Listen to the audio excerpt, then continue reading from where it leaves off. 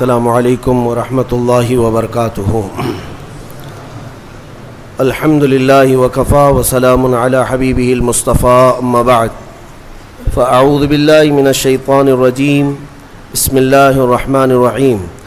ان اللہ وملائکتہ یصلون علی النبی یا ایہا الذین آمنوا صلوا علیہ وسلموا تسلیما۔ اللہم صل علی سیدنا محمد معدن الجود والکرم وآلہ واصحابہ الکرام وابنہ الکریم وبارک وسلم بحمدہ تعالی وبکرم مصطفیٰ صلی اللہ تعالی علیہ وسلم۔ آج کی شب میں قرآن عظیم کے 5.5 پارے مکمل ہو چکے۔ اللہ عز و جل بقیہ قرآن عظیم کو صحیح تجوید کے ساتھ پڑھنے اور آپ سب کو سننے کی توفیق عطا فرمائے۔ آج سورہ نساء کی ہم نے تلاوت کی ہے۔ سورہ نساء عربی میں عورتوں کو کہتے ہیں، عورتوں کو نساء کہا جاتا ہے، اور آپ اس بات سے اندازہ لگائیں کہ پوری عورتوں کے نام کی ایک سورہ ہے، مردوں کے نام کی سورہ نہیں ہے، یعنی رجال نام سے نہیں ہے، نساء نام سے سورہ ہے۔ اور پھر ہم نے اخیر میں سورہ مائدہ بھی تلاوت کی ہے۔ مائدہ دسترخوان کو کہتے ہیں۔ ظاہر سی بات ہے، سوروں کا جو نام ہے وہ اس میں موجود مضمون کے حساب سے ہی آتا ہے۔ نساء میں عورتوں کے متعلق کچھ بیان آیا ہے، جس کی وجہ سے اس کا نام سورہ نساء، کیونکہ نکاح کے متعلق احکام بتائے گئے۔ اور مائدہ میں ایک دسترخوان کا ذکر ہے، جس کی وجہ سے اس کا نام مائدہ رکھا گیا۔ آج ہم نے جو آیتوں کی شروعات کی 5ویں پارے کی، وہیں سے کچھ احکام اللہ تعالیٰ نے ہمیں بتایا۔ الرجال قوامون علی النساء، اللہ تعالیٰ نے مردوں کو عورتوں پر حاکم بنایا۔ حاکم کا مطلب حکومت کرنے والا مراد نہیں، بلکہ کفالت کرنے والا، عورتوں کی نگرانی کرنے والا، یا عورتوں کو اپنی نگرانی میں رکھ کر پرورش کرنے والا۔ مرد کو اللہ نے یہ اتھارٹی دی۔ شریعت کے مطابق مردوں کو اللہ تبارک و تعالیٰ نے ہماری شریعت کے مطابق یہ اتھارٹی دی ہے۔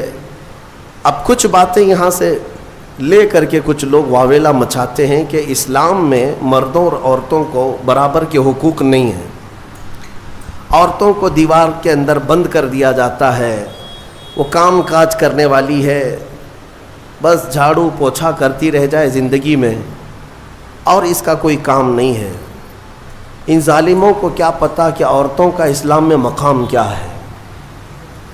جو دور بیٹھ کر کے واویلا مچاتے ہیں، ان کے نزدیک برابری کا مطلب یہ ہے کہ عورت کو ننگا کر کے بازار میں لایا جائے۔ واللہ میں کہتا ہوں، اسلام نے جو عورتوں کا مقام عطا کیا، ایک خاتون جنت سیدہ کائنات فاطمۃ الزہرا کے قدموں کے برابر لاکھوں مرد بھی نہیں ہو پائیں گے۔ ان کا جو مقام ہے، یہ نہیں ہے کہ اسلام نے عورتوں کو کہیں گرایا ہے، برابری، بلکہ کچھ خصوصیات مردوں کی ہے وہ مردوں کو دی گئی، کچھ خصوصیات عورتوں کی ہے تو عورتوں کو دی گئی۔ یہ ایکویلٹی نہ ہونے اور برابری نہ ہونے کے جو دعوے کیے جاتے ہیں پوری دنیا میں ہیومن رائٹس یا ویمن رائٹس کے متعلق، کہ عورتوں کے حقوق کے متعلق، ان کو ایسا لگتا ہے کہ اسلام میں عورتوں کو حق نہیں ملا۔ اور یہاں پر بھی تو ہے، ہمارے ملک میں بھی، کہ ہماری عورتوں پر بہت زیادہ رحم کھاتے ہیں ہمارے پی ایم صاحب، کہ مسلمان عورتیں پیڑت ہیں، مسلمان عورتیں پیڑت ہیں۔ پیڑت کا مطلب مظلوم ہے۔ اب وہ پتہ نہیں کون سی مسلمان عورتیں پیڑت ہیں، یا کون سی وہاں پر جا کر کے ان سے شکایت کی ہیں۔ ویسے تو ان کی خود کی عورت بہت سالوں سے پیڑت ہے۔ میرے عزیزوں، اسلام نے جو حقوق عورتوں کو عطا کیے، میں چیلنج کے ساتھ کہتا ہوں پوری دنیا میں کسی بھی کمیونٹی نے وہ حقوق نہیں تھی، وہ حقوق نہیں دیے۔ تمہیں پتہ ہے ایک زمانہ تھا جب عورتوں کو 5 زنجیریں باندھ کر کے بازار میں لایا جاتا تھا. یونان جیسی پوش حکومت, اس زمانے میں سپر پاور کہلائی جانے والی یونان کی حکومت, عورتوں کو وہ 5 زنجیریں باندھتے تھے, 2 ہاتھوں میں, 1 گلے میں, 2 پیروں میں, اور 5 زنجیریں باندھ کر کے کبھی بازار لانا ہوتا تو عورت کو ساتھ میں لاتے اس طرح سے, کھلے چھوڑ کر کے نہیں. اسلام کی عظمتوں پر قربان جاؤ, اسلام نے ان زنجیروں کو کاٹ دیا اور انہی 5 زنجیروں کو عورت کا زیور بنا دیا.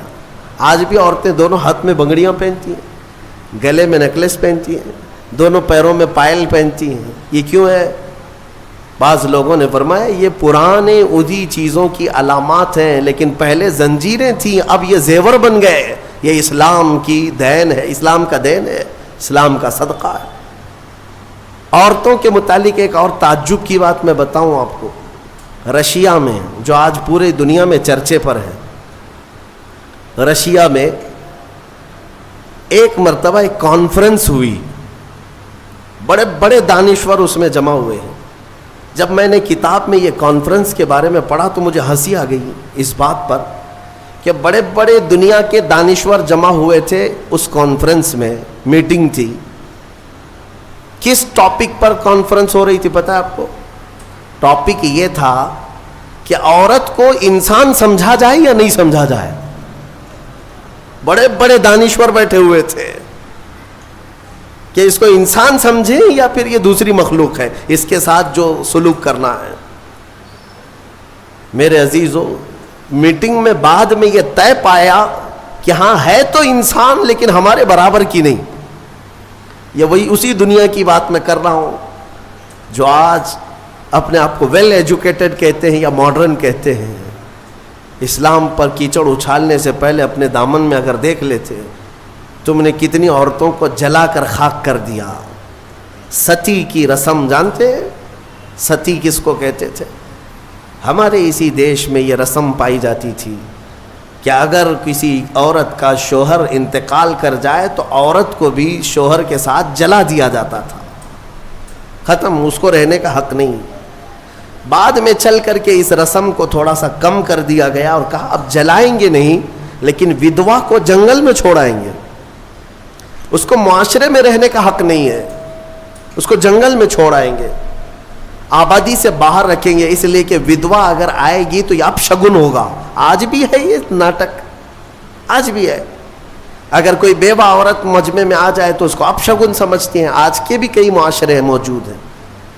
لیکن اسلام پر انگلی اٹھانے والے پہلے پڑھو اسلام کو. میرے آقا صلی اللہ تعالی علیہ وسلم نے 10 شادیاں فرمائی جس میں سے 9 عورتیں ایسی ہیں جو سب کی سب بیوہ تھی. بیوہ کو میرے آقا صلی اللہ تعالی علیہ وسلم نے نکاح کے ذریعے سے اپنا کر کے دنیا کو یہ بتایا کہ بیوہ اپشگن نہیں ہوتی, بلکہ اگر تم نے اس کو اپنا لیا تو اس کی بدولت اللہ تمہاری دعائیں قبول کرتا. بیوہ کو اس طرح سے نکال کر کے باہر کر دینا, یہ سب مجھے حیرت ہوتی ہے. آج وہ لوگ ہمیں عورتوں کے حقوق سکھانے آئے ہیں جو کتنی تو عورتوں کو جلا دیے, کئی عورتوں کو بے یار و مددگار چھوڑ دیا, زندگی پر ان کے لیے شادی کرنا حرام کر دیا. ایک بار شوہر مر گیا تو دوسری بار شادی نہیں کرنا. وہ لوگ ہمیں عورتوں کے حقوق سکھا رہے ہیں کہ عورتوں کے حقوق کیا ہوتے ہیں. جو زنجیریں ڈال کر کھینچتے تھے وہ ہمیں عورتوں کے حقوق سکھا رہے ہیں. حیرت نہیں ہے؟ یہ مسئلہ ایسی ہی ہے کہ اگر شیطان آپ کو نماز کے لیے بلانے آ جائے, اس سے یہ پوچھو تم کب سے شریف ہو گئے. تو یہ دنیا ایسی ہے جنہوں نے عورتوں پر ظلم کا ایک ننگا ناچ ناچا ہے, اور وہ ہمیں آج بتاتے ہیں ویمنس رائٹس ہیں, عورتوں کے حقوق ہیں. عورتوں کے حقوق الحمدللہ میرے مصطفیٰ نے بتائے ہیں. ہاں, کل بھی میں نے بتایا تھا اگر گھر میں بیٹی پیدا ہو تو رسول پاک صلی اللہ علیہ وسلم نے اسے جنت کی بشارت عطا کی. اور پھر اتنا ہی نہیں, اسی خاتون کو ہی تو دیکھیں اللہ کے حبیب صلی اللہ علیہ وسلم نے, بڑی ہو گئی, اگر اس کے بچے ہو گئے تو بچوں کو کہا گیا تیری ماں کے قدموں کے نیچے تیری جنت ہے. الجنت تحت اقدام الامہات, ماؤں کے قدموں کے نیچے جنت بنا دیا. کون ہے؟ اس قدر بلند مقام عورتوں کو کس نے دیا؟ اسلام نے دیا. عورتوں کے حقوق کے سلسلے میں جو واویلا مچاتے ہیں، ایکویلٹی نہیں ہے اسلام میں، برابری نہیں ہے. برابری کا مطلب وہ لوگ یہ سمجھتے ہیں کہ عورت کو کھلے عام آزاد چھوڑ دینا چاہیے، اس پر کوئی پابندی نہیں ہونی چاہیے. باہر نکال کر کے لاؤ، کپڑے اتار کر کے لاؤ، اس کے چھوٹے کپڑوں پر کچھ بھی بات مت کرو. اس کو وہ ایکویلٹی کہتے ہیں، یہ برابری ہے. مرد جب باہر گھوم سکتا ہے تو عورت کیوں نہیں گھوم سکتی؟ ان کا مطلب یہ ہے کہ مرد اگر ایک سے زیادہ عورت سے شادی کر سکتا ہے تو عورت کیوں نہیں کر سکتی؟ یہ بھونڈے اعتراضات ان کے لیے، یہ بے سر و پیر کے اعتراضات، سوالات ہوتے ہیں. میں ان کو ایک اچھا مشورہ دیتا ہوں، عورتوں سے برابری کرنا ہے. ظاہر سی بات ہے، برابری ہر چیز میں ہونی چاہیے، ہر چیز میں ہونی چاہیے. عورتوں کے ساتھ برابری کرنے میں شادی کر لو، ایک سال بچہ وہ جنے گی، دوسرے سال تم بچہ جنو. ایک سال وہ حمل کی تکلیف اٹھائے گی، دوسرے سال تم حمل کی تکلیف اٹھاؤ. بھائی ساری تکلیفیں عورت کو ہی کیوں؟ ہو سکتا ہے یہ پاسبل ہے؟ تو تمہیں پتہ ہونا چاہیے کہ ہر مخلوق کی اللہ نے کچھ خصوصیات رکھی ہیں. مرد کی اپنی خصوصیات ہے، عورت کی اپنی خصوصیات ہے. ان کی بناوٹ میں بھی اللہ تبارک و تعالیٰ نے فرق رکھا ہے. مرد کے ہاتھ عورت کے ہاتھ کی طرح نہیں، مرد کا جسم عورت کے جسم کی طرح نہیں. ساری چیزوں میں فرق موجود ہے. اسی لیے قرآن نے مردوں کو کمانے کا حکم دیا اور عورت کو امور خانہ داری اور بچوں کی تربیت کا حکم دیا. جس کی جیسی کیٹیگری ہے ویسے اسلام نے حکم دیا. اس چیز کو لے کر کے یہ اسلام پر اعتراضات کرتے ہیں. آج پاکستان کی سڑکوں پر کچھ عورتیں بینر لے کر کے اتری اور اس بینر پر یہ لکھا ہوا ہے کہ میرا جسم میری مرضی، کہ ہمیں آزاد چھوڑ دیا جائے. 4 دیواری ہمارا گھر نہیں ہے، پوری دنیا ہماری ہے. یہ وہ جانور عورتیں ہیں جنہیں جنگل چاہیے، جنگلیوں کی طرح سے وہ زندگی جینا چاہتی ہیں. یہ سارے خیالات کس نے ان کے ذہنوں میں ڈالے؟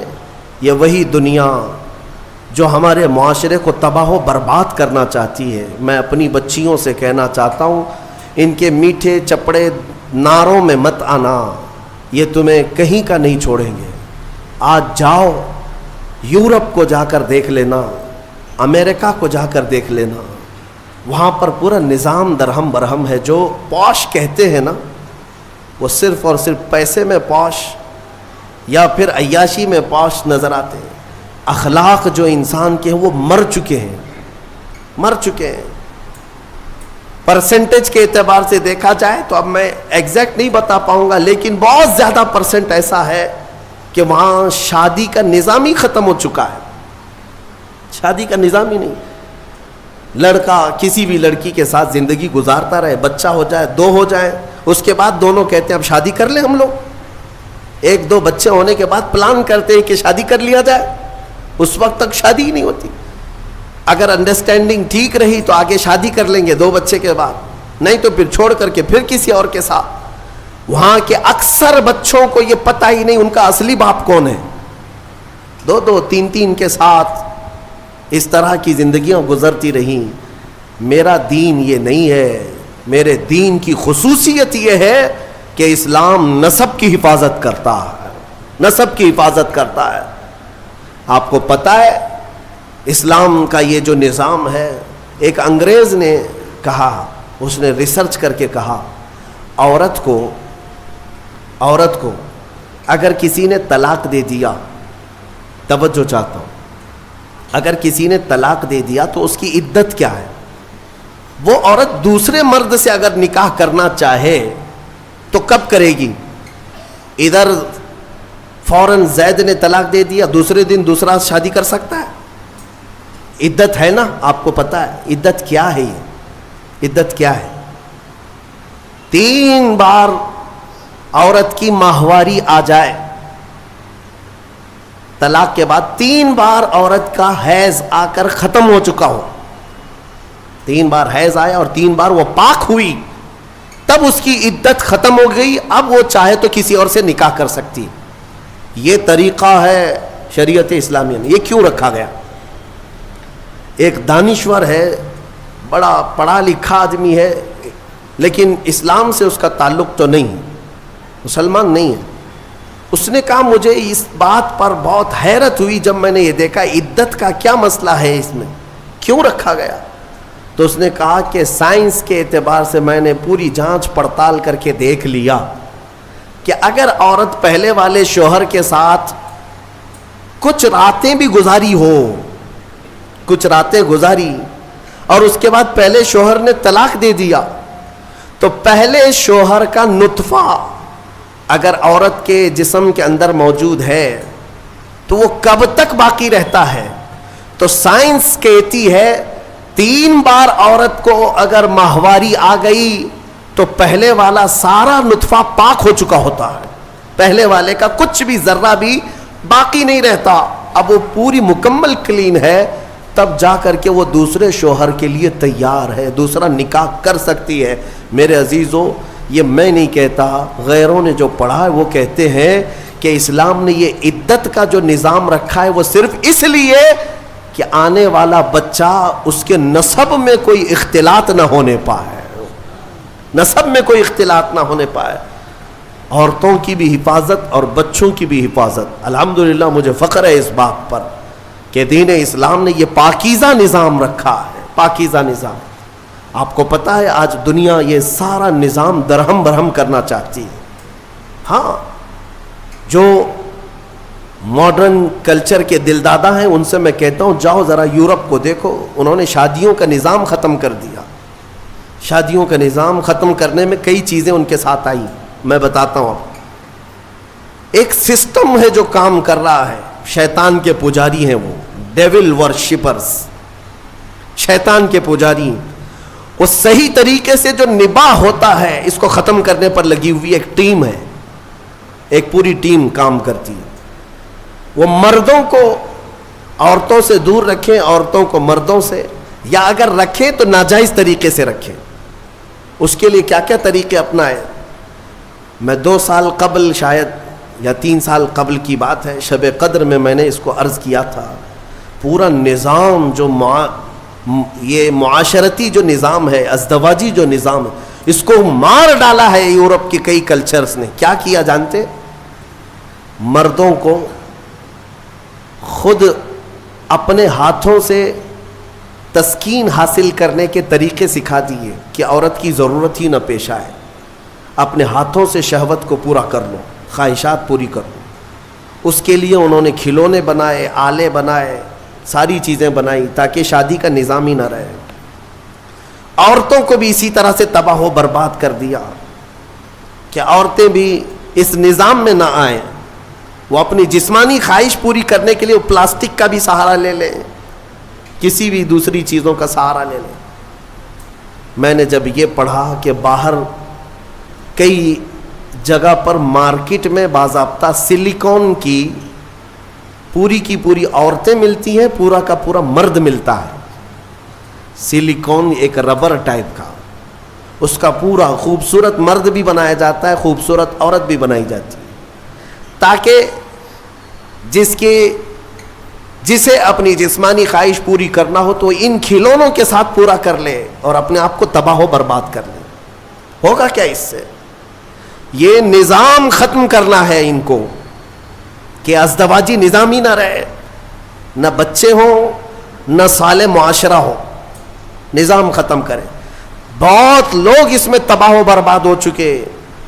یہ سلیکون کی گڑیا اور گڈے بنائے گئے، ان کی زندگیوں میں داخل کیے گئے.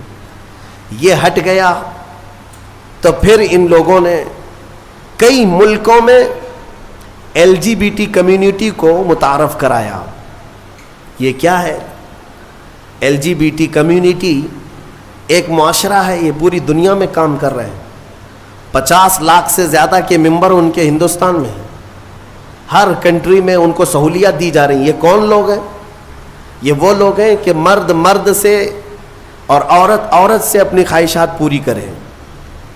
ہومو سیکسولیٹی گےازم، لیزبین، ٹرانسجینڈر، یہ ایک پوری کمیونٹی بنی ہے کہ شادی کا نظام ہی نہ رہے. مرد مردوں سے اپنی خواہشات پوری کر لے، عورت عورتوں سے اپنی خواہشات پوری کر لے. یہ قوم لوط کی بلا، جس کے متعلق قرآن نے کہا اس گناہ میں جو مبتلا ہیں وہ دردناک عذاب میں گرفتار ہوں گے. 3 جگہ ان کا ذکر آیا ہے. حضرت لوط علیہ السلام کی قوم اس گناہ میں مبتلا تھی. اللہ تعالیٰ نے فرمایا ان کی زمین کو اٹھا کر اللہ نے پلٹ دیا، لیکن اس سے پہلے کیا کیا؟ وَأَمْطَرْنَا عَلَيْهِمْ حِجَارَةً مِّن سِجِّيلٍ، نوکیلے پتھروں کی بارش کی گئی تھی ان پر. ان کے جیسی سروں پر وہ پتھر پڑتے تھے تو بھیجا نکل جاتا تھا. قوم لوط. اور اس کے بعد زمین کو اٹھا کر فَجَعَلْنَا عَالِيَهَا سَافِلَهَا، اللہ فرماتا ہے بلند کیا گیا اور پھر گرا دیا گیا. قوم لوط پر جو عذاب آیا اس کو قوم سدوم بھی کہتے ہیں. جارڈن میں کبھی آپ کو جانا ہو تو یہ وہی علاقہ ہے جہاں حضرت لوط علیہ السلام کا قیام تھا. میں نے خود سفر کیا، تقریباً 150 سے 200 کلومیٹر تک گاڑی چلتی رہے تو صرف اور صرف کالے کالے پتھر ہی ہیں، عجیب قسم کے پتھر ہیں.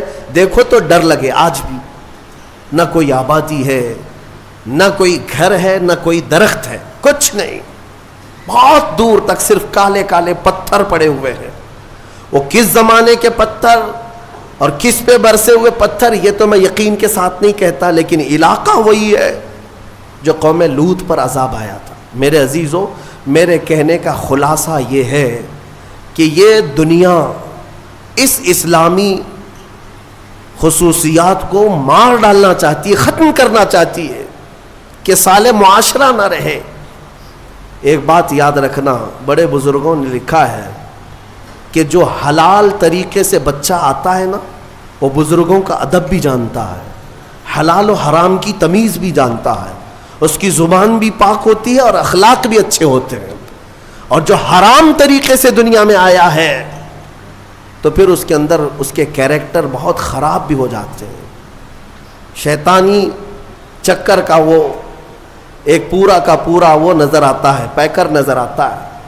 بہرحال عورتوں کے متعلق مجھے بات یہ عرض کرنی تھی کہ اللہ تبارک و تعالیٰ نے ان کے پورے حقوق یہاں پر شریعت میں ہمیں عطا کیے ہیں. بعض لوگ ایک سوال یہ کرتے ہیں کہ جب وراثت بانٹتے ہیں تو مرد کو 2 حصے، عورت کو 1 حصہ کیوں؟ آپ نے سنا ہوگا نا کہ عورت کو آدھا، مرد کو 1. یا تو اس کا دوسرا معنی ایسے ہی ہے کہ اگر کسی باپ کا انتقال ہوا، اس کے گھر میں 2 بیٹے اور 2 بیٹیاں تھیں، 2 بیٹے 2 بیٹیاں تھیں، تو مال کیسے تقسیم ہوگا؟ 3 حصوں میں تقسیم ہوگا. ایک حصہ دونوں بیٹوں کو دیا جائے گا اور ایک حصہ جو بچا ہے وہ آدھا آدھا لڑکیوں میں دیا جائے گا. آدھا آدھا دونوں لڑکیوں کو دیا جائے گا. یعنی 4 اولاد تھی تو 3 حصوں میں بانٹا جائے گا. ایک حصہ لڑکے کو اور آدھا آدھا لڑکی کو. تو اس دنیا کو یہی بات شوشہ مل گیا، کہا کہ لڑکی کو آدھا کیوں، لڑکی کو آدھا کیوں، لڑکے کے برابر کیوں نہیں دیا جاتا؟ انہیں پتہ نہیں اسلام نے ان خواتین کو اور بھی کہاں کہاں حصے رکھے ہیں. یہ لڑکی کا باپ کی طرف سے ملنے والا آدھا حصہ ہے، یہ اپنے بھائی کے برابر نہیں، آدھا. لیکن جہاں یہ نکاح کر کے جاتی ہے اس کے شوہر سے بھی اس کو وراثت دی گئی ہے. عورت کو اس کے شوہر کے گھر سے بھی وراثت ہے، باپ کے گھر سے بھی وراثت ہے. یہ دنیا کہتی ہے کہ ہم نے عورتوں کے حقوق مارے ہیں. تم وراثت کے احکام پڑھے کہاں ہو؟ معلوم کہاں ہے؟ عورتوں کو مکمل پورے تحفظات کے ساتھ شریعت نے حقوق عطا کیے. بہرحال اللہ تبارک و تعالی ہمیں سمجھ عطا فرما ہے. یہ سورہ نساء کے متعلق جو باتیں تھی وہ عرض کیا. ایک بات میں آپ کو بتا دوں، قرآن پاک نے فرمایا وَإِنْ خِفْتُمْ شِقَاقَ بَيْنِهِمَا. اکثر ایسا ہوتا ہے کہ شوہر بیوی میں جھگڑے ہوتے ہیں، اور ان جھگڑوں کا ذکر قرآن میں جب آیا ہے کہ اگر تمہیں خوف لگتا ہے کہ دونوں میں نہیں نبھ پائے گا، دونوں جم نہیں رہی ہے، شوہر کی اور بیوی کے ساتھ، بیوی کی شوہر کے ساتھ. کئی زندگیاں ایسی ہیں، روز لڑائیاں، روز جھگڑے، یا پھر آگے نہیں چلنے جیسی صورت بنتی ہے تو کیا کرے؟ اللہ فرماتا ہے فَبْعَثُوا حَكَمًا مِّنْ أَهْلِهِ وَحَكَمًا مِّنْ أَهْلِهَا. اللہ تعالیٰ نے فرمایا عورت کی طرف سے ایک سمجھ بوجھ رکھنے والا آدمی آئے اور مرد کی طرف سے بھی ایک سمجھ بوجھ رکھنے والا آدمی آئے. ان یریدا اصلاحا یوفق اللہ بینہما. اگر دونوں خاندانوں سے ایک ایک آدمی بیٹھ گیا اور ان دونوں کی نیت اصلاح کی ہے تو رب فرماتا ہے اللہ ان کے دلوں میں محبت پیدا کرے گا. ہاں یہاں تو لڑکی کی اماں پہلے سے بیٹھی ہوئی نہیں، طلاق ہی چاہیے میری بیٹی کو، واپس بھیجو گھر. اصلاح کی نیت کا ہے. آدھی لڑکیوں کے گھر کو توڑنے میں ان کی ماؤں کا ہی ہاتھ ہے، زبردستی کا. میرے عزیزو، شادی کے بعد ایک زندگی جو ہے یہ کیسی ہے؟ شوہر اور بیوی دونوں کو قرآن نے کہا ہن لباس لکم وانتم لباس لہن. عورتیں تمہارے لیے لباس ہے اور تم عورتوں کا لباس. لباس سمجھتے ہیں نا کیوں پہنا جاتا ہے؟ لباس بدن چھپانے کے لیے پہنتے ہیں، ٹھنڈی گرمی سے بچنے کے لیے پہنتے ہیں. تو تم عورتوں کا لباس ہو، اس کا مطلب یہ ہے کہ عورتوں کے عیبوں کو تم چھپاؤ گے اور تمہارے عیبوں کو عورتیں چھپائیں گے. ایک دوسرے کے عیب کو باہر نہیں نکالے. اور اسی طرح عورتوں کی تکلیف آئے تو تم سہارا بن کر کھڑے ہو جاؤ، اور مرد کی تکلیف آئے تو عورت سہارا بن کر کھڑی ہو جائے. ماں خدیجۃ الکبریٰ رضی اللہ تعالی عنہا کی زندگی کو دیکھیں. حضور پاک صلی اللہ تعالی علیہ وسلم سے جو وفا تھی، محبت تھی. اللہ حضور غار ہرا سے جب اترتے، دوپہر کا وقت ہو، غار ہرا 3000 فٹ اونچا پہاڑ ہے. حضرت خدیجہ اپنے گھر سے باہر آنگن میں کھڑی ہوتی تھی. گزرنے والے کہتے خدیجہ، حضور پاک صلی اللہ تعالی علیہ وسلم تیرے شوہر آ رہے ہیں، ابھی وقت لگے گا، جب تک تو چھاؤں میں بیٹھ جا. حضرت خدیجہ کہتی ہے میرا دل گوارا نہیں کرتا، میرے سرتاج دھوپ میں اتر رہے اور میں چھاؤں میں بیٹھی رہوں. جتنی دیر میرے رفیق حیات صلی اللہ علیہ وسلم دھوپ میں اتر رہے ہوں اتنی دیر میں بھی تو دھوپ میں کھڑی رہوں. حصے داری اس کو کہتے ہیں، پارٹنرشپ یہ ہوتی ہے. شریک حیات اس کو کہتے ہیں، لائف پارٹنر یہ ہے. حضرت خدیجہ کا جب انتقال ہوا میرے آقا کو اتنا غم ہوا، اتنا غم. پورے سال کا نام رسول پاک نے عام الحزن رکھا. یہ غم کا سال ہے جس سال ام المومنین کا انتقال ہوا. اور وہ عجیب لمحہ تھا جب سیدہ کائنات فاطمۃ الزہرا سلام اللہ علیہا حضور کی بارگاہ میں تھی. چھوٹی عمر تھی جب حضرت خدیجہ کا انتقال ہوا. حضرت فاطمہ بہت چھوٹی تھی. حضور پاک صلی اللہ علیہ وسلم نے بلایا، حضرت فاطمہ سے محبت کیا اور کہا فاطمہ تیری ماں کے انتقال سے پہلے تیری ماں نے کچھ کہا تھا، کوئی خاص بات جو مجھے نہ کہی؟ حضرت فاطمہ کہتی ہاں ابا جان، اماں نے انتقال سے ایک دن پہلے مجھ سے کہا تھا فاطمہ اگر میں مر جاؤں، اگر میرا انتقال ہو جائے تو میرے کفن کے ساتھ تو اپنے بابا جان کا جبہ بھی رکھ دینا. اپنے بابا جان کا جبہ میرے کفن کے ساتھ رکھ دینا، میری قبر میں رکھ دینا. حضرت فاطمہ روتے ہوئے کہتی ہیں یا رسول اللہ اماں کی ایک خواہش تھی. حضور اکرم صلی اللہ تعالی علیہ وسلم کی آنکھوں میں آنسو آ گئے اور میرے آقا نے فرمایا فاطمہ قسم رب ذوالجلال کی تیری ماں نے میرا جبہ ہی پوچھا. قسم رب ذوالجلال کی اگر خدیجہ یہ کہتی تو میں اپنے جسم کی چمڑی بھی اتار کر دیتا. اگر وہ جلد مانگتی تو میں اپنے جسم کی چمڑی بھی اتار کر کے اس کو دیتا. یہ ہے ازدواجی زندگی کی محبت. شوہر بیوی ایک دوسرے کو تان و تشنی کرتے رہے، عورت شوہر کے غیبانہ میں خیانت کرتی رہے، تو یہ کون سے لائف پارٹنر ہیں؟ کون سے شریک حیات ہے؟ اعتماد کے رشتے کا نام ایک نکاح ہے. اعتماد ہو. شوہر اپنی بیوی پر شک کرتے ہوئے کب تک جی سکتا ہے؟ عورت اپنے مرد پر شک کرتے ہوئے کب تک جی سکتی ہے؟ شک کی دیوار ایسی خطرناک ہے جس کا علاج بھی نہیں بلکہ یہ زندگیاں توڑ دیتی ہیں۔ قرآن کہتا ہے اگر دونوں میں اصلاح کا ارادہ ہے تو اللہ دونوں میں محبت پیدا کرے۔ یہ میرے آزمائی ہوئی بات ہے، اسی جگہ پر میں آپ کو بتاؤں، اسی جگہ پر لیٹر لے کر کے دو لوگ ہمارے پاس آئے تھے جس پر پورا مضمون تھا کھلا نامہ، کھلا چاہیے، شادی ہو کر 1 سال ہو گیا، کھلا نامہ، اور سب تیار ہے ہمارے سامنے، بس ہمیں گواہ بنا کر سائن لینا ہے۔ ہم نے جانچ پڑتال کی کہ 1 سال کے اندر ایسا کیا دیکھ لیا کہ کھلا کے لیے آ گئے ایک دوسرے کو؟ بس کچھ بھی نہیں ہے۔ عورت جب بھی کچن میں جاتی ہے تو اسے کچھ تکلیف ہوتی ہے، اور ہماری اماں کہتی ہے کہ اس پہ اثرات ہیں، جنات ہیں، اس پہ آسیب ہے، گھر میں کہاں اس کو رکھیں گے؟ تو میں نے یہی کی بات ہے، مجھے یاد ہے، اس نوجوان سے کہا کہ تمہاری اماں سے پوچھو اگر میں اس کے جنات نکال دوں تو کیا رکھو گے؟ یہ کھلا ختم کرو گے؟ کہا ٹھیک ہے، کہا میں 40 دن کا ٹائم لیتا ہوں، مجھے وقت دیا جائے، میں نکالتا ہوں۔ تو پھر مسئلہ صرف اتنا تھا، وہ جنات کیوں آتے تھے، آسیب کیوں آتے تھے؟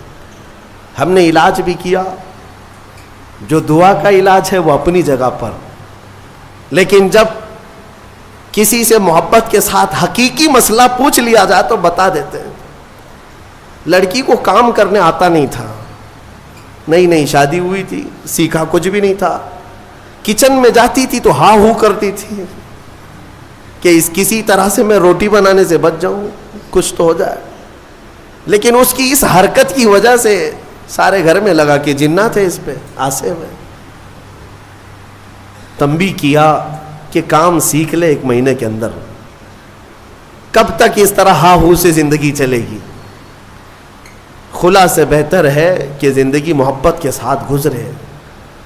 ہو سکتا ہے نصیحت کام آ گئی، 1 مہینے کے بعد دونوں واپس آئے اور اس خلا ناموں کو ہمارے سامنے پھاڑ دیا، کہا نہیں دونوں میں اتفاق ہے، ہم رہ سکتے ہیں۔ آج تک الحمدللہ وہ جوڑا سلامت ہے۔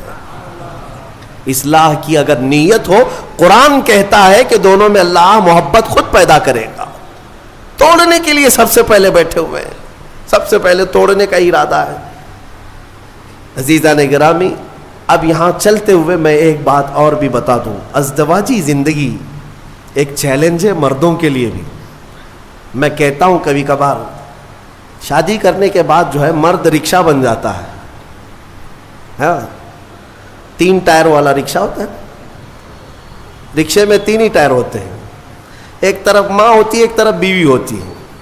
رکشے والے کو معلوم ہونا چاہیے زور سے اگر گھمائے گا تو پلٹی ہوتی ہے، اس کو گھمانا نہیں چاہیے بہت تیزی سے اگر رکشہ گھمایا تو یا تو ادھر پلٹی ہوگا یا ادھر پلٹی ہوگا۔ تو اتنی بات یاد رکھو، رکشہ چلانے والوں سے پوچھ لو کیسے گھمانا چاہیے، کیسے چلنا چاہیے، تو آپ بیلنس برقرار رکھو اپنی ماں اور بہنوں میں اور اپنی بیوی میں، دونوں میں۔ عورتیں ہیں، عورتوں کا مزاج ہے، ان کی فطرت میں ہے، ایک دوسرے کے ساتھ ان کے معاملات ہوتے ہی رہتے ہیں۔ آپ کو میں کیا بتاؤں، حضور پاک صلی اللہ تعالی علیہ وسلم کی 10 بیویاں ہیں، میرے آقا نے ان کے درمیان کیسے عدل قائم رکھا، کیسے عدل قائم رکھا۔ تو بہرحال ازدواجی زندگی ایک چیلنج ہے، اور جس نے صبر کر لیا اس پر اجر بھی ہے، اس پر اجر ہے۔ حضور پاک صلی اللہ تعالیٰ علیہ وسلم کی حدیثوں کا ایک مفہوم یہ بھی ہے کہ عورت ٹیڑھی پسلی سے پیدا کی گئی، اسے تم پورا سیدھا کرنے کی کوشش نہ کرو ورنہ یہ ٹوٹ جائے گی۔ تم اسے فرشتہ دیکھنا چاہتے ہو، عورت کو ہر مرد یہ چاہتا ہے اتنی پاک ہونا چاہیے، اتنی پاک ہونا چاہیے، خود ناپاک رہے چلے گا۔ عورت بھی انسان ہے، اس کو اسی اعتبار سے رکھا جائے، وہ جس قدر تمہاری فرمان بردار ہے بہت ٹھیک ہے۔ اچھا، اور ایک حدیث میں آپ کو بتاؤں، دنیا میں اگر اللہ تبارک و تعالیٰ نے دنیاوی نعمتوں میں سب سے اچھی نعمت اگر کسی کو دیا تو وہ کیا ہے؟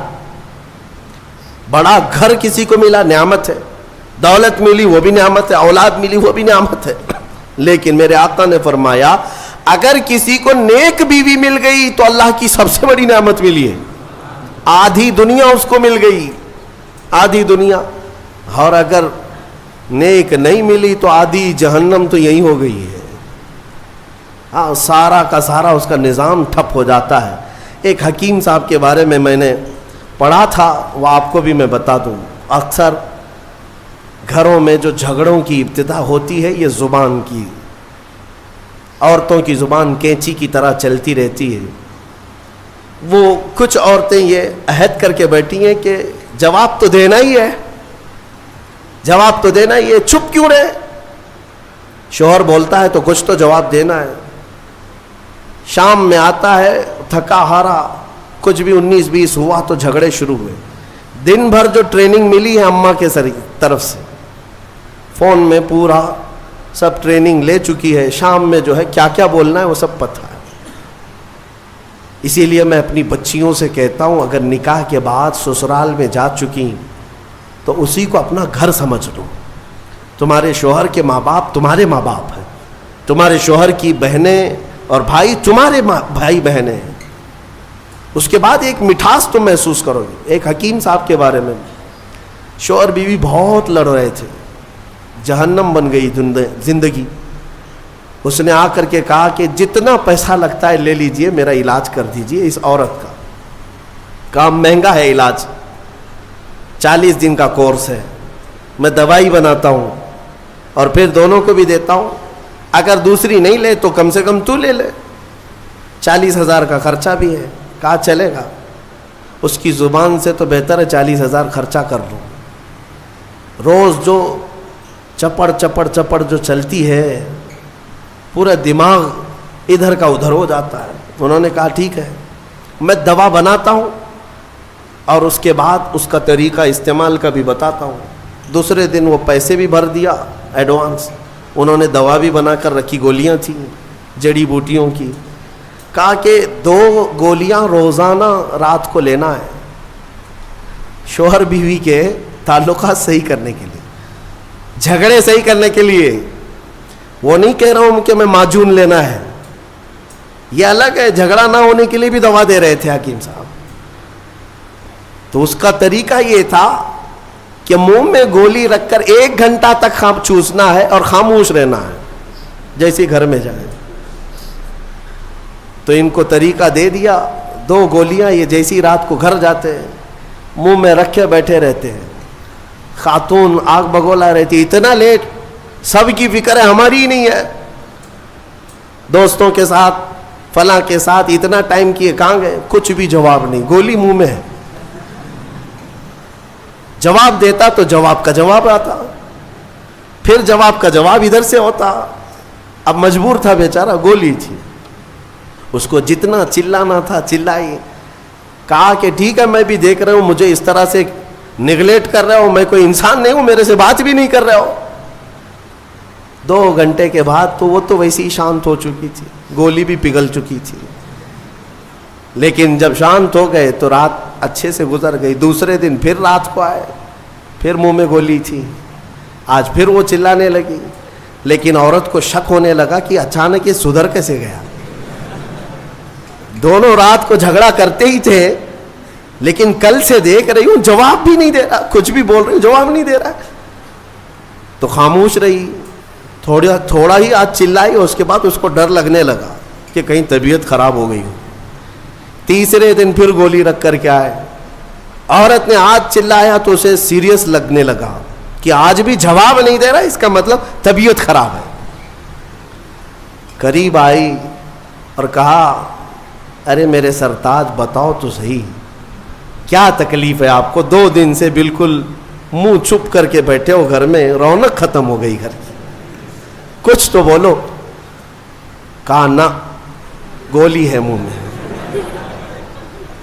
کافی دیر تک 1 گھنٹہ 2 گھنٹہ، تو تیسرے دن جو ہے جب بات ہی نہیں کیا، خاموش، تو عورت کی طبیعت بے قرار ہو گئی سیدھے۔ دیکھیں میں آپ کو بتاتا ہوں یہ جھگڑے ہوتے ہیں لیکن محبت اندر رہتی ہے، مصلی بچھا کر کے اللہ کی بارگاہ میں دعا کرنے لگی کہ مولا میرے شوہر کو صحیح کر دے، اگر اس کی طبیعت خراب ہے تو شفا دے دے۔ وہ دعا کرتی رہی، میاں کو ہوا کچھ نہیں تھا، گولی تھی، اور سو گئے۔ چوتھے دن وہ پیر پکڑ کر بیٹھی، بتاؤ تو صحیح، پیر دباؤں کہ سر دباؤں، کیا خدمت کروں، کیا کھانا پسند کرو گے، میٹھا لوگے، فلاں کیا بناؤں تمہارے لیے؟ شوہر کو لگا حکیم صاحب کی دوائی تو بہت کام کی ہے، بہت کام کی ہے، 3 دن کے اندر مزاج بدل دیا، گولی میں کھا رہا ہوں، اثر بھی بیگم کو ہو رہا۔ پھر اس کے بعد حکیم صاحب کے پاس پیسے پورے لے کر کے گئے، کہا کہ 3 دن میں ہی گولیاں بہت اثر دکھائی ہیں، 40 دن کے کورس میں پتہ نہیں اور کیا ہونا ہے، آپ پورے پیسے لے لیں، آپ کا بڑا احسان ہے، گھر شانت ہو گیا، میری بیوی میری محبت میں پاگل ہے، جو میری مرضی ہے وہ کرنے کو تیار ہے۔ حکیم صاحب سے پوچھا کہ اتنا لاجواب علاج آپ کے پاس آیا کیسے، کون سی جڑی بوٹیاں ہیں، کون سے پہاڑ سے لے آئے ہو؟ حکیم صاحب نے کہا بیوقوف کچھ نہیں، میدے کے آٹے کی گولیاں ہیں، کچھ بھی نہیں ہے اس کے اندر، میدے کے آٹے کی گولیاں بنا کر، بات صرف مجھے اتنی علاج کرنا تھا کہ دونوں میں سے کسی ایک کا منہ چھپ ہو جائے، علاج ویسے ہی ہو جائے گا۔ ان حکیموں نے حکمت کے ذریعے سے جو علاج کیا، یہ لطیفہ نہیں ہے، یہ اکثر زندگیوں کی حقیقت ہے۔ میں تمہیں ہنسانے کے لیے کوئی لطیفہ نہیں بولنا چاہتا، بلکہ زندگیوں میں داخل ہو کر کے دیکھو کہ یہ ابتدا صرف جواب در جواب سے ہوتی ہے اور طلاق تک پہنچتی ہے۔ کتنوں کو جا کر ہم نے کورٹ میں دیکھا ہے، ایک طرف شوہر ایک طرف بیوی ہے، ایسے لوگوں کے سامنے سر جھکائے کھڑے ہیں انصاف کے لیے۔ یہ زندگیاں کیوں اس طرح سے ناکارہ ہو گئیں؟ اس کی وجہ یہی ہے کہ انا آ گئی، غرور ہے، تکبر ہے۔ قرآن کے اس فرمان پر عمل کرو۔ اللہ تعالیٰ نے فرمایا اگر اصلاح کا ارادہ ہے دونوں کا تو اللہ دونوں کے دلوں میں خود محبت پیدا فرمائے گا۔ یوفق اللہ بینہما، اللہ فرماتا اللہ ان دونوں کے دلوں میں محبت خود پیدا کرے گا۔ اللہ کریم جوڑوں کو سلامت رکھے۔ تفسیر جو اصل بات عرض کرنی تھی وہ رہ گئی، اتنی بات عرض کر دوں۔ مصطفیٰ کریم صلی اللہ تعالیٰ علیہ وسلم کے متعلق قرآن کی یہ آیت آئی ہے، فَلَا وَرَبِّكَ لَا يُؤْمِنُونَ حَتَّى يُحَكِّمُوكَ فِي مَا شَجَرَ بَيْنَهُمْ۔ اے رسول قسم تمہارے رب کی، وہ شخص مومن ہو ہی نہیں سکتا جو اپنے جھگڑوں میں آپ کو فیصل نہ سمجھے۔ حضور کو اگر کوئی فیصل نہیں مانتا، حضور کو اگر کوئی حکم نہیں مانتا تو قرآن کہہ رہا وہ شخص مومن ہی نہیں ہے، مومن ہی نہیں ہے۔ کئی لوگوں کو ایسے ہم نے دیکھا ہے، کہتے ہیں ایسی ہم شریعت نہیں مانتے، ہاں ہم یہ حدیث قرآن نہیں مانتے، نعوذ باللہ یہ جملہ کفریہ ہے، کافر ہو گئے، اسلام سے نکل گئے کسی نے اگر ایسا کہا۔ بلکہ یہ کہو چاہے دنیا ادھر کی ادھر ہو جائے ہم مانیں گے تو میرے رسول کا فیصلہ مانیں گے۔ ہاں منافقین کے متعلق یہ کہا گیا ہے کہ وہ رسول کا فیصلہ نہیں مانتے، اپنی طبیعت کا مانتے ہیں۔ اللہ تعالیٰ انہیں ہدایت عطا فرمائے۔ آج ایک یادگار ہمارے لیے سال کا ایک دن ہے کہ 3 رمضان المبارک کو خاتون جنت سیدہ کائنات سیدہ فاطمۃ الزہرا سلام اللہ علیہا کا یوم وصال ہے۔ وہ دختر رسول، نور نظر رسول، مصطفیٰ کریم صلی اللہ تعالیٰ علیہ وسلم کے دربار کی وہ لاڈلی بیٹی جن کے متعلق بزرگوں نے لکھا ہے کہ اگر کسی کو کبھی کوئی دعا قبول نہ ہوتی نظر آئے تو سیدہ فاطمۃ الزہرا کا وسیلہ لے کر دعا کرے، مولا دعا قبول کرے گا۔ ہاں اس خاتون جنت کا آج یوم ہے، ان کا دن ہے، فاتحہ خوانی کا بھی اہتمام ہے، اور ہم آج کی اس تفسیر کے بعد اس خاتون جنت کی بارگاہ میں خراج عقیدت پیش کرتے ہوئے ان کے وسیلے سے اللہ کی بارگاہ میں دعا بھی کرتے ہیں، مولا اس سیدہ کائنات کے صدقے و توسل ہم سب کو عزتوں سے اور رحمتوں سے نوازے۔ اور کتنی اہم بات ہے، کتنی فضیلت کی بات ہے کہ آج ہم نے سورہ نساء تلاوت کی ہے، سورہ نساء عورتوں کے نام سے، اور سیدہ فاطمہ کو سیدۃ نساء العالمین کہا میرے آقا نے کہ ساری دنیا کی عورتوں کی سردار کا نام فاطمہ ہے. صرف دنیا ہی نہیں، جنتی خواتین کی سردار کا بھی. ایک روایت میں یہ ملتا ہے قیامت کے دن ایک فرشتہ اعلان کرے گا، یا اہل محشر غضوا ابصارکم فإن فاطمة بنت محمد تمر إلى الجنہ. فرشتے کی طرف سے اعلان آئے گا، اے محشر میں کھڑے ہوئے لوگوں اپنی آنکھیں نیچی کر لو، اس لیے کہ محمد الرسول اللہ صلی اللہ علیہ وسلم کی بیٹی سیدہ فاطمہ جنت کی طرف جا رہی ہے. جب وہ جنت کی طرف جا رہی ہوں گی 70,000 عورتوں کے جھرمٹ میں، 70,000 خواتین کے جھرمٹ میں، اس وقت بھی یہ اعلان ہوگا کہ اپنی آنکھیں نیچی کر لو. تو آپ اندازہ کریں ان کا مقام و مرتبہ کیا ہے. قیامت کے دن ان کا مقام اعلان کے ساتھ بتایا جائے گا. مولا کریم کہنے سننے سے زیادہ عمل کی توفیق عطا فرمائے اور ہماری عورتوں کو کنیزان فاطمہ میں شامل فرمائے. الی اشرف النبی الاکرم محمد المصطفیٰ صلی اللہ علیہ وسلم ملتہ و جمیع المسلمین والمسلمات الکرام. الفاتحہ.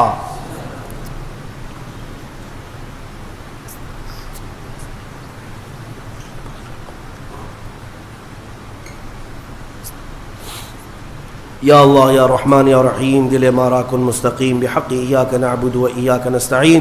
مالک و مولا پروردگارہ کریمہ کارسازہ جو کچھ پڑھا اس کو اپنی بارگاہ میں قبول فرما، اس کا ثواب اپنے حبیب پاک صلی اللہ علیہ وسلم کی بارگاہ میں نظر قبول فرما. مصطفیٰ کریم صلی اللہ علیہ وسلم کے صدقے و توسل تمام انبیاء کرام علیہم السلام، خلفائے راشدین، صحابہ کرام، صحابیات، ازواج مطہرات، بنات طیبات، شہداء کرام، صالحین، ائمہ مجتہدین، جملہ اولیاء کرام، تمام مؤمنین مؤمنات، مسلمین مسلمات کی روحوں کو نظر کیا قبول فرما. خصوصاً بالخصوص سیدہ کائنات، مخدومہ کائنات، جگر گوشہ رسول سیدہ فاطمۃ الزہرا سلام اللہ علیہا کی بارگاہ میں نظر مولا قبول فرما. اے کریم خدا ارحم الراحمین، دختر رسول کی برکت سے ان کے صدقہ و توسل مولا ہم سب کی زندگی میں آئی ہوئی بلاؤں کو دور فرما دے، سب مصیبتوں کو دور کر دے. اے اللہ ہماری حاجتوں کو پوری فرما دے. اے کریم خدا ہم میں جو بیمار ہیں انہیں شفا دے دے، جو بے اولاد ہیں انہیں صالح اولاد دے دے، جو قرضوں میں ڈوبے ہیں ان کے قرضوں میں آسانیاں دے دے. اے رب ذوالجلال جو بے جوڑ ہیں انہیں صالح رشتے عطا کر، جو ناحق مقدمے اور جیلوں میں ہیں ان کی رہائی کی سبیل پیدا فرما. اے کریم خدا ارحم الراحمین ہم کو گناہوں کے مرض سے شفا عطا فرما. قیامت کے دن مولا ہم سب کو عزت و سرخروئی عطا فرما. ہماری ماؤں، بہنوں، بچیوں، بیٹیوں، بہوؤں سب کو مولا سیدہ کائنات کی چادر کا صدقہ عطا فرما. ان اللہ وملائکتہ یصلون علی النبی یا ایھا الذین آمنوا صلوا علیہ وسلموا تسلیما. اللہم صل علی سیدنا محمد معدن الجود والکرم وآلہ واصحابہ الکرام وابنہ الکریم وبارک وسلم. سبحان ربک رب العزة عما یصفون وسلام علی المرسلین والحمد للہ رب العالمین.